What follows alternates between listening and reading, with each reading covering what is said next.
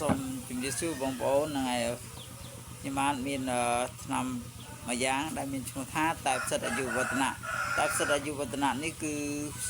មានធាតុផ្សំវាមានដូចជាតកាតាលីហើយនឹងមើមយន្តសិនប៉ុនឆ្នាំមួយទៀតនោះគឺវត្ថុធាតុដើមដែលងាយរកបំផុតនៅកម្ពុជារបស់យើងគឺ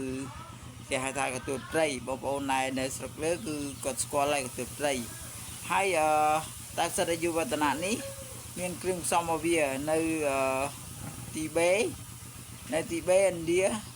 កម្ពុជាហើយនិងសហរដ្ឋអាមេរិកហើយសម្រាប់តែផ្សិតអាយុវឌ្ឍនៈនេះគឺមានការដោះស្រាយដូចជាក្រពះពោះវៀនថ្លើមបេះដូងហើយនឹងជួយដល់បងប្អូនបរោះឲ្យមានការប្រតិបត្តិការបានយូរជាពិសេសធ្វើឲ្យដៃគូបងប្អូនបរោះគឺពេញចិត្ត 100% ណាសម្រាប់បងប្អូនជាស្ត្រីដែលមានរដូវមុំទាហ្នឹងធ្លាក់សហើយអាចពិសាតែផ្សិតអាយុវឌ្ឍនៈនេះបាន